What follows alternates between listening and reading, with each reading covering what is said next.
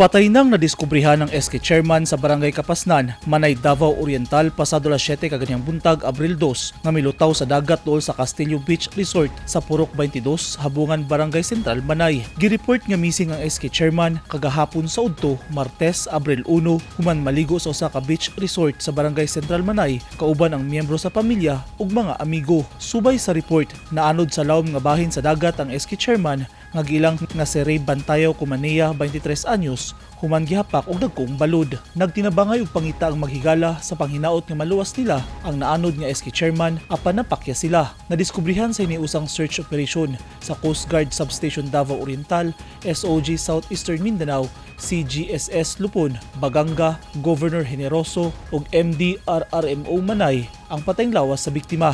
Nagpahimangno ang Philippine Coast Guard sa mga maligo'g dagat ug resort operators nga magbinantayon kung maligo sa mga open waters, hilabi na kung dagko ang balod ug kusog ang sulog nga sundon ang mga safety protocols. Gipahilon na sa pamilya ang lawas sa nalumos patay nga SK Chairman.